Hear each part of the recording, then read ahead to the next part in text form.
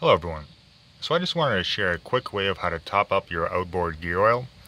Now I find it often that the bottom screw for filling the oil down here can be very difficult to remove. So normally what you do is you plug the hose into the bottom hole, you open the top, and once the oil comes out of the top, you know that this container inside is full. However, if you know that you have oil or you're having a hard time getting this screw out down at the bottom, you can get the oil through in multiple different ways, but ideally this top screw.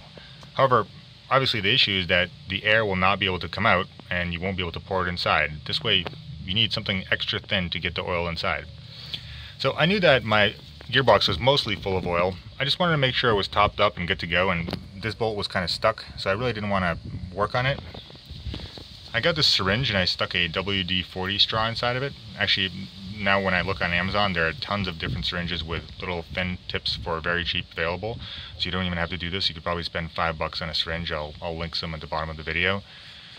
And at this point, you just fill it with oil, undo the top bolt, stick it inside, and put oil in it. As soon as the oil starts very slowly pouring out, you know it's topped up. Now, I filled this a couple months ago, and I just wanted to make sure, was it really still full after a few months?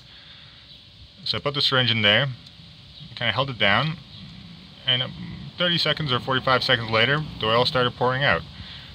So basically, I wasn't losing any oil. Everything looked good. This is it. It's just a very simple method. You can top up your oil.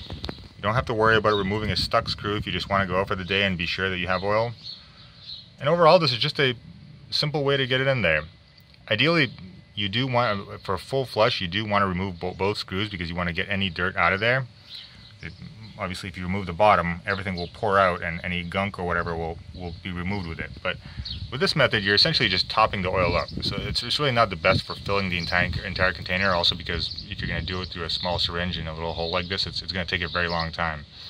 But if you just want to top it up a little bit, this worked quickly. Like I said, it didn't even take a minute for me to make sure it was fully up to top. It was good to go.